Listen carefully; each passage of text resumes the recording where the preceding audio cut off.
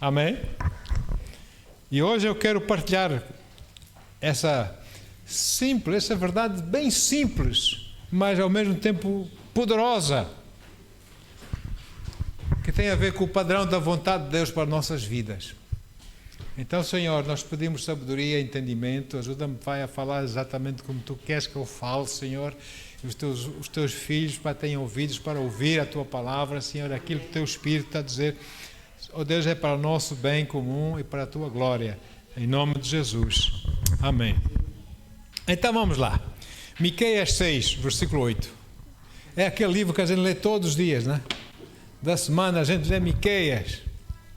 Profeta Miqueias 6, 8. Diz assim: ó ser humano, é Deus a falar. Ó ser humano, Ele já te revelou o que é bom. O Senhor já nos revelou o que é bom. E o que Yahweh exige de ti, senão apenas que pratiques a justiça, ames a misericórdia e a lealdade, e andes humildemente na companhia do teu Deus. Uau! Amém? E essa escritura faz-nos recordar sempre, para sempre, é uma lembrança eterna que fica em nossos corações sobre o amor que Deus tem em seu coração pelos humanos, pelos seres humanos. Amém? Deus ama-nos. Amém. Então, e por isso mesmo Ele revela-nos que viver para Ele, porque sem fé é impossível agradar a Deus, logo vivemos, justo viver da fé. Viver para Ele não exige rituais religiosos elaborados, complicados, que a gente não sabe bem porquê, não é? E também não é um feito impossível agradar a Deus, não é? E muito menos, e deixemos, nós, graças a Deus, não praticamos isso, mas infelizmente nós vemos muito para esse mundo fora rituais religiosos de blasfémia, onde honra outros deuses, outros nomes, em vez do nome do Senhor Jesus. E fazem festa em honra desses homens. Muito bem. Ao invés, a palavra chama-nos para um simples, mas sincero coração obediente a Deus, cheio, repleto de verdadeira humildade.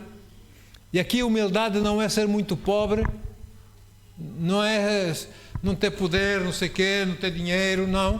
Essa humildade, eu digo, irmãos, um homem verdadeiramente humilde aqui, à luz da palavra de Deus, da humildade da palavra de Deus, é um homem com H grande. E a mulher humilde, com humildade da palavra de Deus, é uma mulher com M grande. Amém? E nós vivemos nessa sincera comunhão com Ele, compreendendo que Deus já nos mostrou como Ele quer que a gente viva para o agradar. Amém, queridos? É fácil, não é complicado. Daí o meu título: nós já sabemos o que fazer para resolver. Então, se Deus já nos mostrou, graças a Deus, Ele já nos mostrou a primeira e mais significativa verdade, digamos assim, deste versículo, este versículo aqui. Para mim, o que chama atenção, para mim, em primeiro de tudo, é aquela frase ali: Ele já te revelou. Ele já te revelou. Não vamos inventar coisas para servir a Deus, para agradar a Deus, para andar com Deus. Não vamos inventar. Ele já nos disse como Ele quer que a gente ande com Ele, não é? Ele já te revelou. Assim, a verdade é que Deus nunca esconde a sua vontade de nós. Nunca. As pessoas vão correr para profetas, para isso, para aquilo. Não. Se Deus tem uma palavra para si, Deus vai falar no seu coração. Se você for pessoa de oração, Deus vai falar no seu coração e depois vai usar um profeta ou um outro crente, cheio do Espírito, para confirmar aquilo que você já tem no coração. Amém? Agora, seja através da palavra do Senhor, seja através da convicção do Espírito Santo, seja pelo exemplo tremendo do seu Filho Jesus, amém?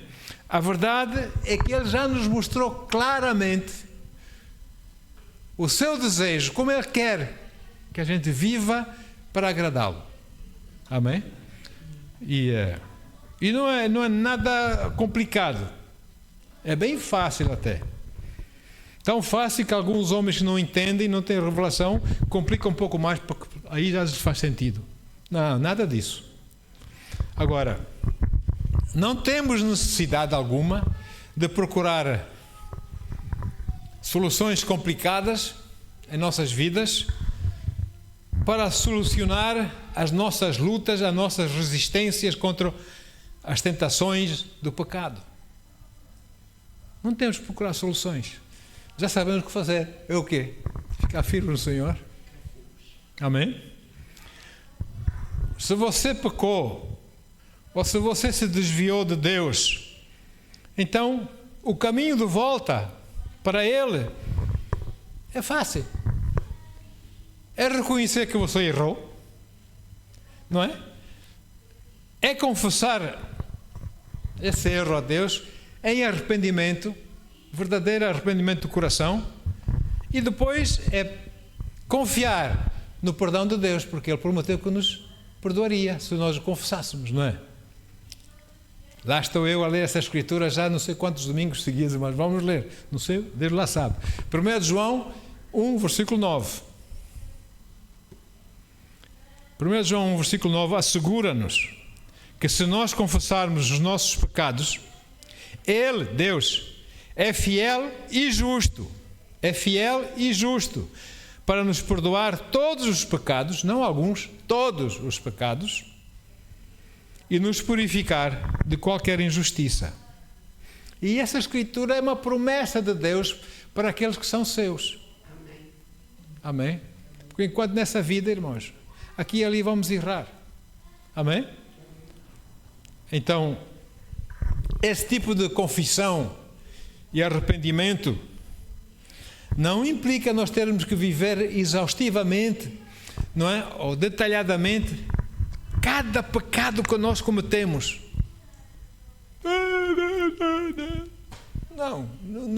Não exige isso. Exige arrependimento. Senhor, eu fracassei, Senhor, né? Eu pequei contra Ti. Amém? Antes é concordar com Deus, reconhecendo a verdade que Ele nos mostrou na Sua palavra, não é? E confiar que, tal como Ele diz, é necessário nós confessar os nossos pecados, Ele nos perdoa e faz o resto, e nos purifica. E mais uma coisa, detalhe, a Bíblia diz que os pecados, quando Ele nos perdoa, não se lembra mais. Não nos lembramos nós também. Ele não se lembra mais, já acabou, está feito. Amém?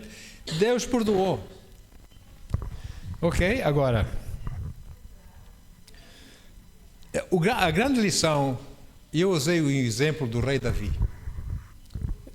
Não é o grande exemplo que eu quero dar aqui. E nós podemos aprender desse exemplo, e devemos aprender desse exemplo. Aquela atitude e a resposta do rei Davi com pecado escondido, amém? Após ter pecado com aquela linda mulher Batseba. O que ele fez? Ele um dia viu aquela mulher lá, apaixonou-se por ela, foi saber quem era ela, soube que ele era casada com um dos seus militares, não é? E ela cria para sua esposa. O que ele faz? Manda o marido dela para a frente da batalha, para que fosse morto, para ficar viúva, a fim de poder casar com ela. Veja só, pecado horrível, não é? E essas ações de Davi já no seu coração era luxúria, adultério e assassínio. Foram muito graves, coisa muito séria, muito grave. E, no entanto,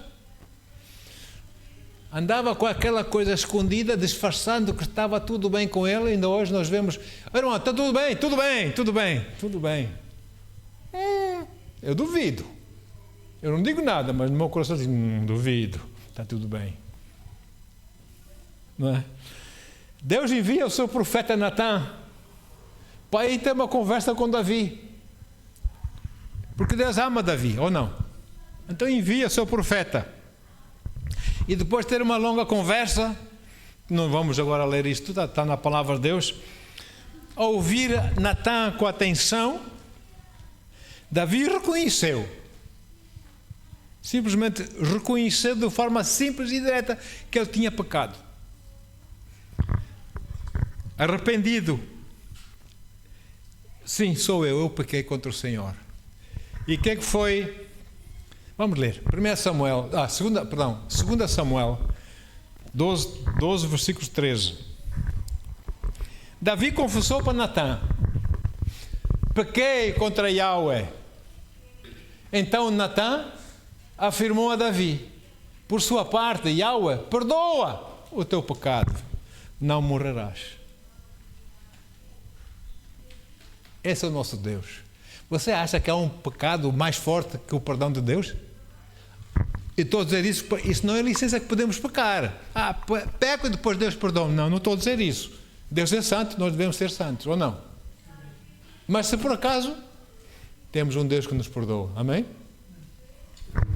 Agora, neste seu reconhecimento, nesse seu arrependimento, sua confissão do pecado, com essa atitude, o que é que aconteceu com Davi? O seu coração tornou-se a voltar para Deus, porque o pecado estava a separá-lo de Deus, afastá-lo de Deus, não é? Nessa confissão, logo assim que ele abriu o coração, falou, aquele veneno saiu do coração, Deus perdoou, e ele virou-se para Deus, amém? Porque ele mostrou reconhecimento do seu erro e arrependimento. Pequei contra Yahweh. E foi sincero, e por isso Deus perdoou-lhe. Nosso Deus, nosso Pai é fantástico, não é, amados? Aleluia. Ele não é assim, picuinhas como nós.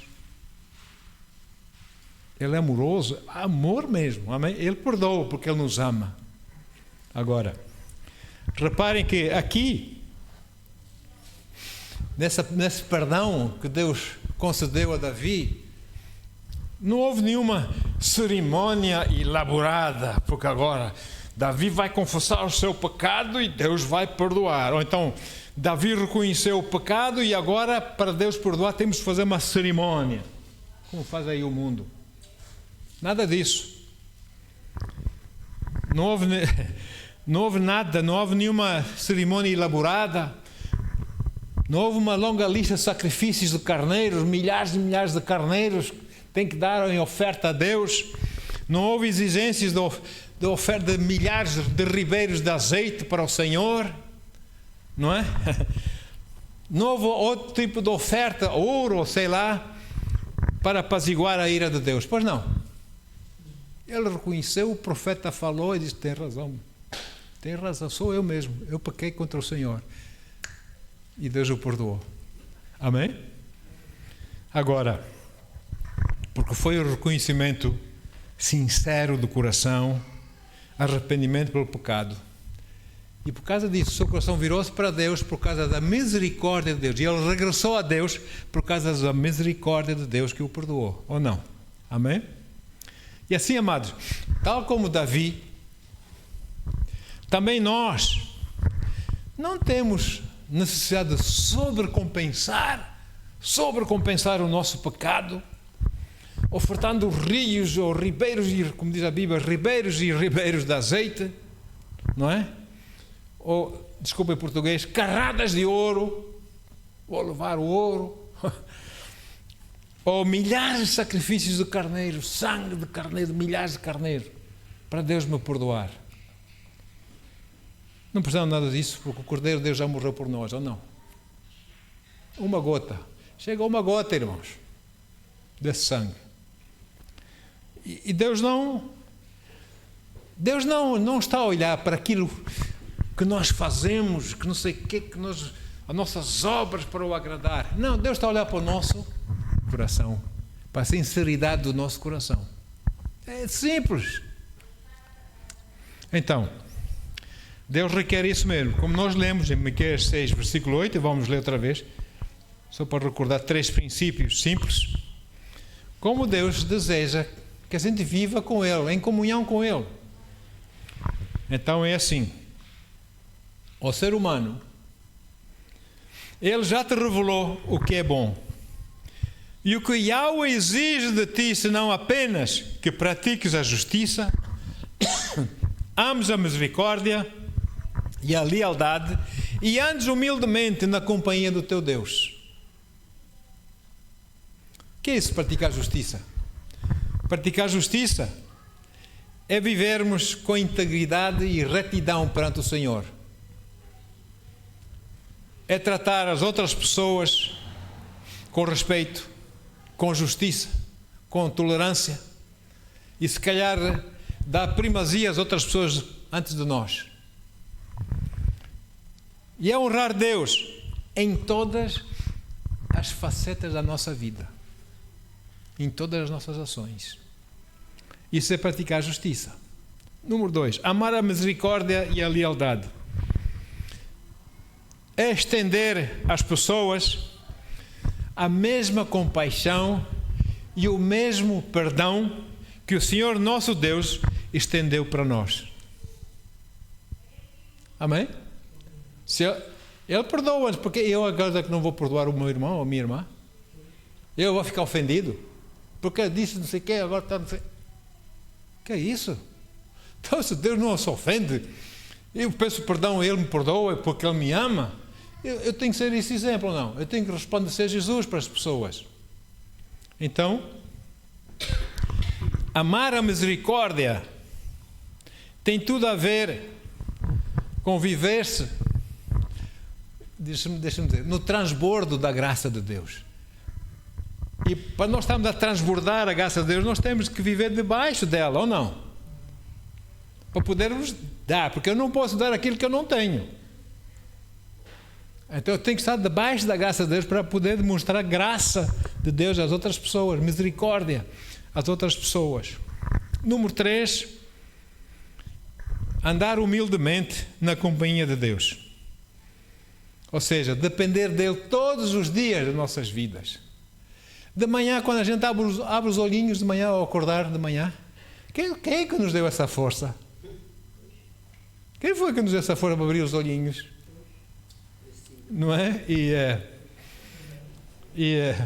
É reconhecer o Senhor em todos os nossos caminhos, em nossas vidas, e é viver em constante comunhão com Ele. Irmãos, eu não me importo o que é que as pessoas digam. Durante o dia eu falo muito com Deus. Estou a lavar a louça lá em casa, depois do almoço, ok? E estou a falar para o meu Deus, eu amo-te, meu Pai, obrigado, Senhor, por tu seres quem és na minha vida. Eu estou a falar com Deus. Chamam todinho, não me importo. Eu estou a falar com o meu Pai. Amém? E assim, reconhecer em todos os caminhos de nossas vidas. É que caminhar humildemente significa, amados, esse caminhar humilde, abandonar definitivamente o orgulho próprio, eu sei, eu é que sei, e a autossuficiência.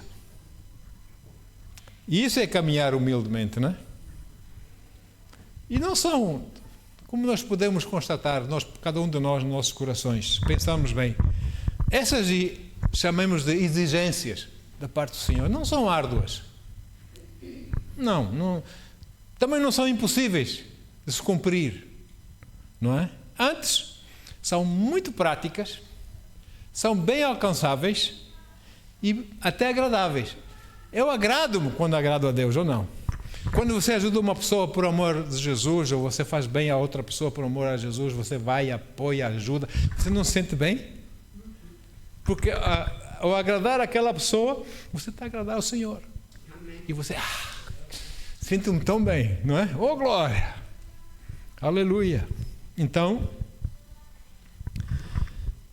temos que levar uma vida de paz, de tranquilidade e de alegria nesse caminhar com Deus, porque esse caminhar com Deus, como eu já tenho dito, esse caminho com Deus faz-se caminhando com Ele. Agora, quando me arrependo, eu regresso a Deus, ou não? E permita que eu diga que, quando você se sente, não sei se já se sentiu, quando você se sente distante de Deus, não sei se já se mas Deus, eu oro, tu não me respondes, mas Deus, o que é que está a passar aqui, Senhor? E nós sentimos como que afastados dEle, distantes dEle, não? Parece que Ele está distante de nós, não, nós é que estamos distantes dEle, não é? Sentimos assim distantes do Senhor. E quando esse caso, quando eu me sinto distante, eu sei muito bem o que eu devo fazer para resolver a situação e aproximar-me do Senhor, ou não? Nós sabemos. Como é que eu sei que eu sei? Porque Deus diz que na nova aliança Ele escreveria a sua palavra em nossos corações e nós não teríamos necessidade que nenhum irmão nos ensinasse essas coisas de caminhar com Deus. Porque quando eu estou mal, eu sei que estou mal com Deus. Ou não? Eu tenho dito muitas vezes, Deus chamou-me não para ser polícia dele. Deus não precisa de polícias dele. Deus não precisa de polícias. Porque as pessoas quando pecam, sabem que pecaram. Sabem que fazem mal. E sabem como regressar. E só não regressam porque não querem. Irmãos. Agora, disciplinar. Eu vou disciplinar porque o irmão ou a irmã pecou. Quem sou eu? Eu também falho ou não falho? Para disciplinar. Quem disciplina? Deus é que nos disciplina porque Ele nos ama. Amém? Não é homem, é Deus. Nós temos que entregar a palavra, sim. O resto é com o Espírito Santo, ou não? Então, amados, por isso mesmo, porque esse arrependimento que é necessário quando nós estamos afastados, desviados de Deus, sentimos Deus distante de nós, esse arrependimento não exige grandes gestos, mas exige um coração sincero, sem medidas drásticas. Deus, ou tu me perdoas ou eu me mato. Que é isso? É pela fé que nós agradamos o Senhor. Sem fé é impossível agradar a Deus. Então, quando eu me arrependo, estou mal, pequei, estou afastado dos caminhos do Senhor, estou desviado, vamos assim, e eu me arrependo com verdade perante o Senhor, reconheço o meu erro, arrependo-me, peço perdão, confesso a Deus, o que é que acontece na minha vida? Há uma renovação espiritual, não é? Eu andei seco, perdi toda aquela espiritualidade em mim, andei com o coração duro, agora arrependi-me, de repente começa essa renovação espiritual em mim outra vez, ou não? Aleluia! No meu coração, porque o meu arrependimento foi sincero para com Deus, e Deus começou a operar no meu coração, aleluia, dentro do meu, Ele começa a falar comigo, começa a tratar comigo, é como, pronto, certamente os irmãos, não sei se tiveram, se é o caso, há muitas pessoas que fumam e querem deixar de fumar, porque faz mal à saúde, eu quero saúde, ou se você quer melhorar a sua saúde, quer assumir um compromisso para melhorar a sua saúde, essa informação pode até vir de um médico, pode até vir de outra pessoa, mas se você não estiver aqui dentro do coração, entra nesse ouvido e sai naquele. Mas se você tem no meu coração, não, eu tenho que melhorar, eu tenho que melhorar, não é amanhã, é hoje, você vai fazer isso ou não vai? Porque resoluções de ano novos não funcionam.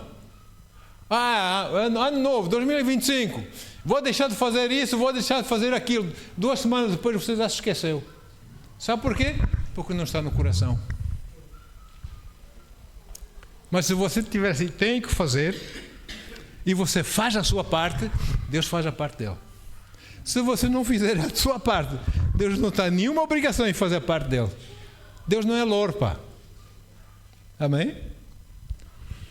Então, irmãos, pela fé, foi pela fé que nós fomos salvos, E é pela fé que nós somos restaurados. Amém? Glória a Deus.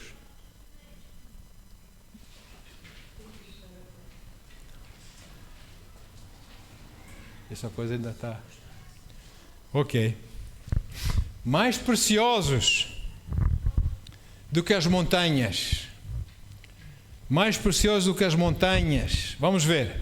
Em Miqueias capítulo 6. Miqueias 6. Deus desafia o seu povo. Fala, Israel estava em desobediência. E Deus desafia o seu povo a apresentarem a sua causa às montanhas, aos montes. Não é? Olha aqui, Miqueias 6. Vamos ler, versículos 1 a 3.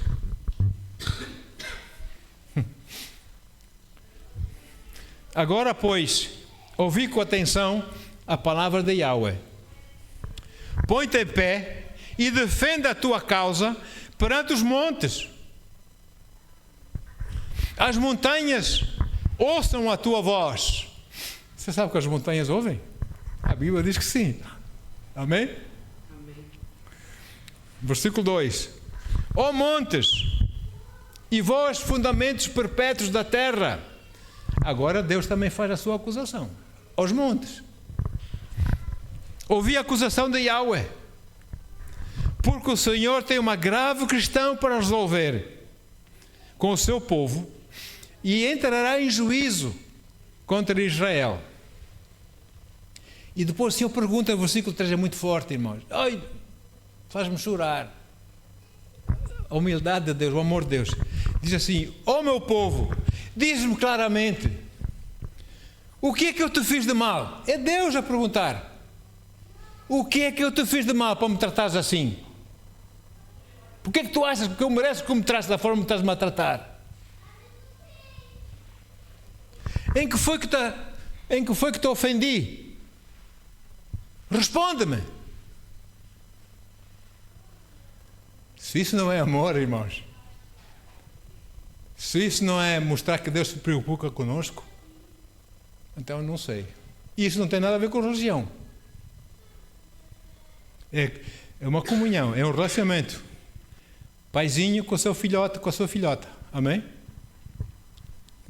Por que que Deus também apresenta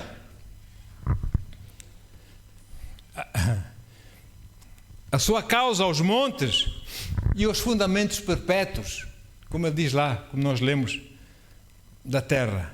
Sabe por quê? Porque para Deus mostrar-nos a nós humanos, nós homens, que as montanhas existem há milhares de anos. E por isso elas testemunharam muitas guerras, testemunharam a passagem de muitos reis, sei lá, né? Muitas nações, testemunham muitas tempestades de neve, de chuva e de ventos e não sei o que. Milhares de anos testemunharam todas essas coisas, inclusive a história da humanidade naquela região das montanhas. Eu frequentemente quando viajo, eu lembro da história de Portugal, né? Serra do Bussaco, ali. Passo ali e lembro assim, aqui Napoleão levou um chuto. Serra da Estrela. Ali Viriato fazia rolar aqueles pedregulhos enormes para cima das legiões romanas. Não é? É história, não é? E as montanhas presenciaram, testemunharam isso. Aqui caiu neve, sei lá, nem imagino. Aqui caiu chuva, aqui soprou o vento, aqui houve um fogo, não sei o quê. As montanhas testemunharam, ou não?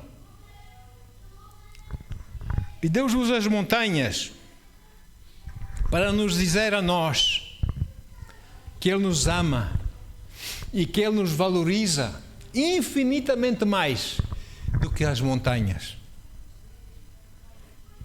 Amor do Senhor.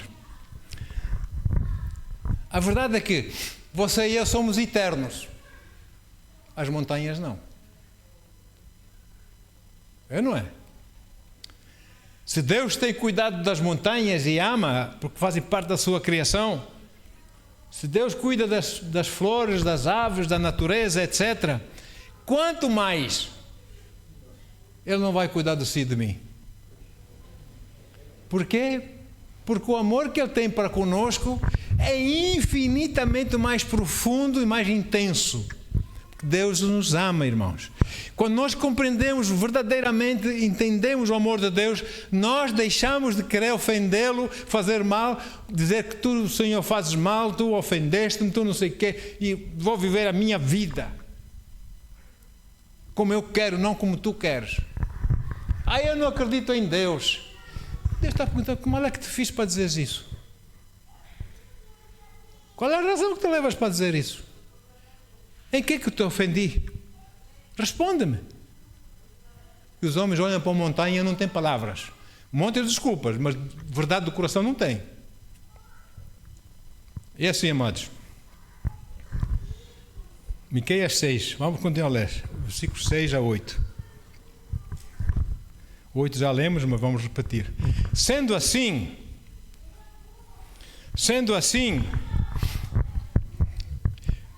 com que eu devo me apresentar diante do Senhor? É você e eu, todos nós, não é? Com que devemos apresentar diante do Senhor? E como me curvarei perante Elohim, Deus exaltado? Deveria eu oferecer holocaustos, sacrifícios queimados de bezerros de um ano? Yahweh se agradaria com milhares de carneiros? Com 10.000 ribeiros de azeite? Devo oferecer o meu primogênito, meu filho mais velho, fruto do meu corpo, como sacrifício para pagar os meus pecados e as minhas malignidades? Ó ser humano, Deus não quer nada disso. Ó ser humano, Ele já te revelou o que é bom. E o que Yahweh exige de ti não é senão apenas que pratiques a justiça, ames a misericórdia e a lealdade, andes humildemente na companhia do teu Deus. Esquece lá dos carneiros, esquece lá dos ribeiros, dos azeites. Anda assim comigo. É o que Deus diz. Fácil. Agora, a graça de Deus, irmãos, é uma coisa... Uau! É porque Ele é Deus mesmo, não é? A graça do Senhor. A Epístola aos Romanos é a catedral sobre o ensino da graça de Deus. Paulo fez aí uma obra tremenda pelo Espírito Santo quando escreveu sobre a graça de Deus no livro na Epístola aos Romanos.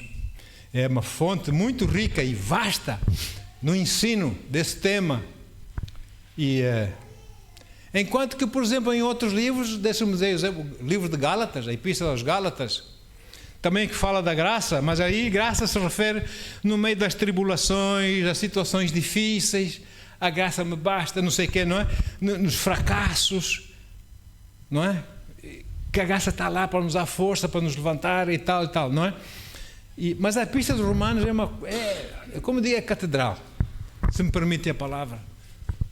É a beleza da explicação sobre a graça de Deus, não é? E ali é muito amplo, é muito claro e profundo. A graça do Senhor, Ele nos explica bem para nós podermos entender a sua palavra. É uma forma, eu acredito que mais completa, pelo menos que eu tenha lido na Bíblia, forma mais completa e clara sobre a graça de Deus. Que é senão a graça de Deus é a provisão de Deus ou não? Pela graça sois salvos mediante a fé. Pela graça de Deus, Ele permitiu que você e eu ouvíssemos a palavra de Deus e que essa palavra que ouvimos criasse um pouquinho de fé para que nós o pudéssemos aceitar como Senhor e Salvador. Pela graça, não é pela religião, é pela graça de Deus. E essa graça capacitou-me, deu uma, não digo poder, mas a capacidade de dizer sim, Senhor, eu creio. No meu coração e com a minha boca eu confesso que Jesus Cristo é o Senhor. Até isso é graça de Deus. E assim nós recebemos a salvação. E agora que estamos a viver debaixo da graça do Senhor, olha que o apóstolo Paulo diz em Romanos 6, 14. Romanos 6, 14, diz assim: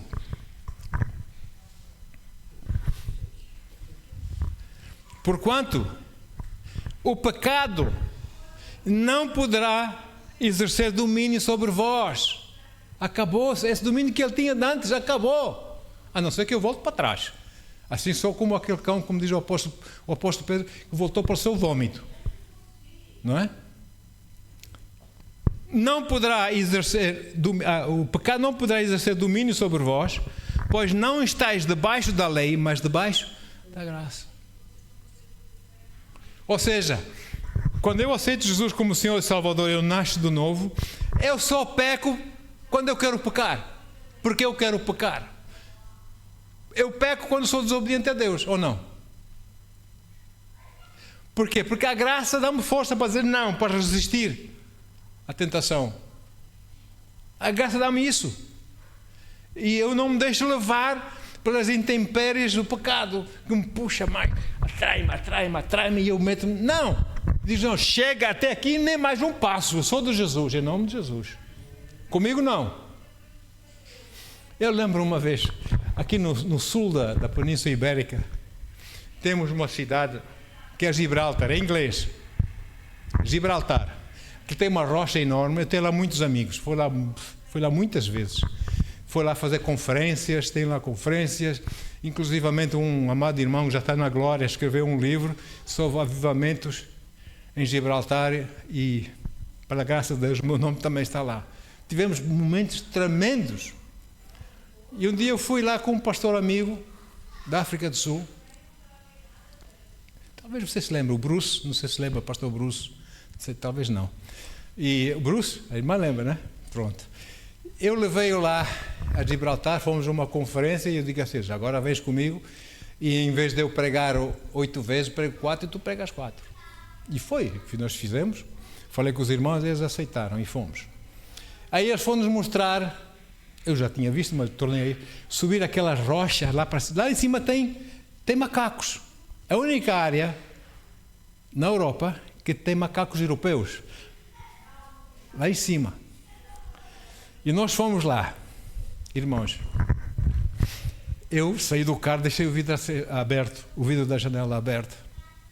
Tinha comprado um saco plástico com figos e deixei assim no carro. Aquilo foi, eu não sei, parece que, não sei, não adivinharam, eles viram aquilo, cheiraram, não sei, entraram, roubaram os figos, não é?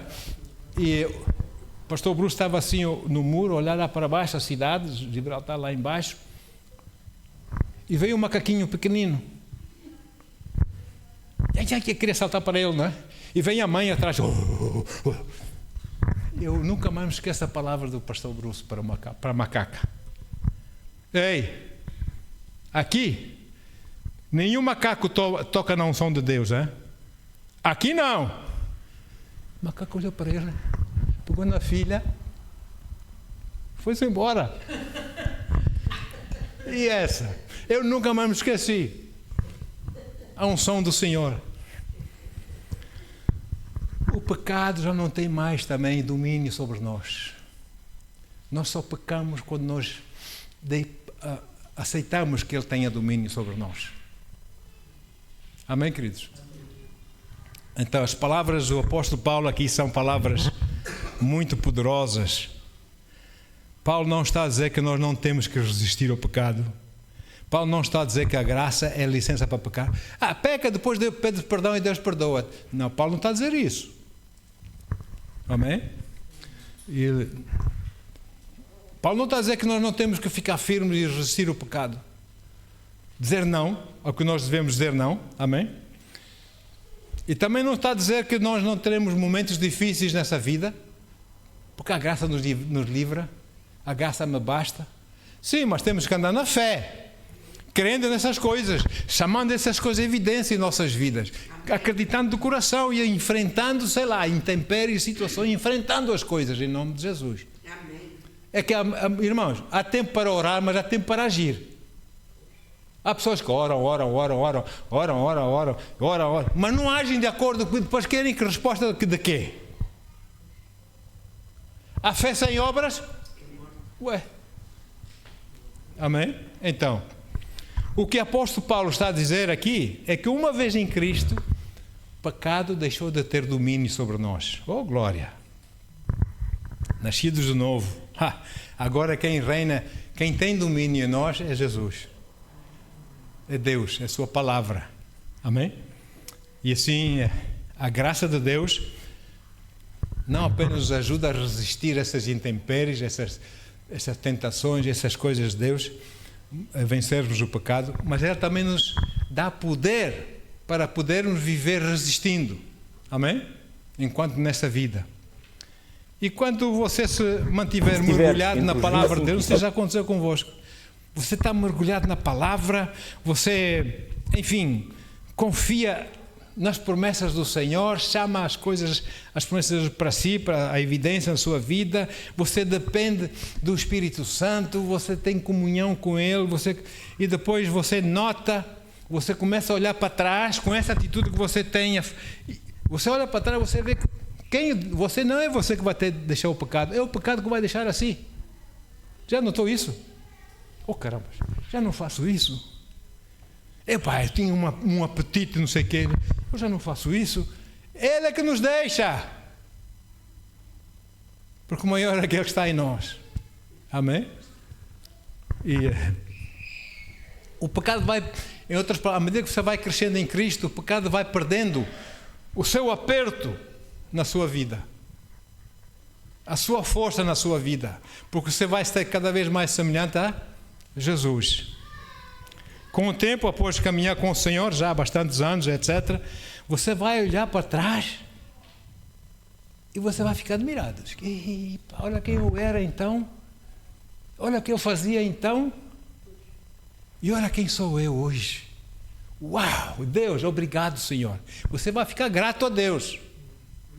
Porque a graça começa a operar em si, você nem nota que ela está a operar e ela está a operar. E quando você olha para trás, você vê que você já não é a mesma pessoa. Já não faz as coisas que fazia. Amém? Você já está mais semelhante a Jesus. Bendito seja o nome do Senhor. Aleluia. Então, e quando nós vemos essas mudanças, essas transformações em nós, irmãos, isso não é razão para nós nos orgulharmos. Porque eu é que me esforcei, porque eu é que me empenhei, não é? Mas senão para mostrarmos a nossa profunda gratidão a Deus pela sua graça e sua paciência para conosco. Amém? Ok. A graça de Deus é simples, irmãos. Não tem nada de complicado. Ela não exige que você oferte milhares e milhares de carneiros e milhares de ribeiros de azeite, e esforço, não sei o quê. Nada disso. Coração simples, humilde, cheio de amor e lealdade, obediência ao Senhor. E a graça de Deus apenas requer de si e de mim um coração sincero e humilde, que quando nós erramos, quando nós pecamos, nós possamos de imediato dizer ao Senhor: Senhor, eu pequei contra ti, Senhor. Eu me arrependo. Eu peço perdão, Senhor. Perdoa-me, Deus. E seja rápido no arrependimento. Amanhã já é tarde. Se o Espírito Santo mostrou hoje que você pecou, é hoje mesmo, agora mesmo, logo a seguir, você vai se arrepender perante o Senhor, é verdade. Não, ainda tem que fazer jejum, saber como é que é isso. Dessas coisas, mano. Arrependa-se perante o Senhor, porque Ele já o mostrou no seu coração. Agora, aleluia. Porque quando uma pessoa age dessa forma, então Ele é fiel e justo ou não? Para nos perdoar? Para nos purificar ou não? Depois anda filhote, vamos, avança comigo, não é? Ele fica todo feliz. Muitas pessoas pedem perdão a Deus, Deus já perdoou, mas eles não acreditam que foram perdoados. Ainda continuam com aquela condenação, tem muita dúvida que Deus os perdoou, tem muita dúvida que Deus os purificou, ainda continuam a chafurdar, desculpe o termo, no pecado, não é? Ainda anda assim, e assim eles não avançam com o Senhor. Amam o Senhor, sim, mas não avançam com o Senhor. A graça estanca ali, à espera que haja uma reação positiva da parte delas, para que pudessem entendessem, para que possam entender que foram purificados, foram perdoados, agora é tempo de avançar. O bom português diz que o caminho faz-se a caminhar. E com Deus também temos que caminhar com Ele. Amém, queridos? Amém. E não chafurdar no pecado. Hoje, amanhã, depois, e estou na mesma, e Deus não sei quem. Não! É tempo de nós batermos o pé e dizer, chega, nem mais um. Amém? Olha aí. Porque Ele é fiel e justo para nos perdoar. Então, amados, as pessoas devem parar de culpar a elas, culpar a outros. Porque isso está assim por causa de ti, por causa de mim, por causa de não sei o quê. Também. Ei, Pai, eu pequei. Peço perdão por mim. E oro para que eles possam reconhecer também os erros deles. Não é? Perdoa-me, Senhor. Amém? E em vez de andar aqui autoflagelar com as culpas, e o culpado és tu, e se não fosses tu, se não tivesses dito isso, se não tivesses feito... Deixa isso. Deixa isso. Isso só atrapalha o nosso caminhar com Deus. É como diz Hebreus 12, versículos 1 e 2.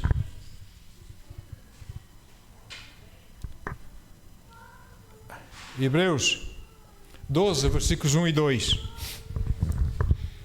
Diz assim: portanto, também nós, considerando que estamos rodeados por tão grande nuvem de testemunhas, aqueles que já partiram, estão com o Senhor, estão lá num estádio, né, do céu, e nós somos os jogadores lá embaixo.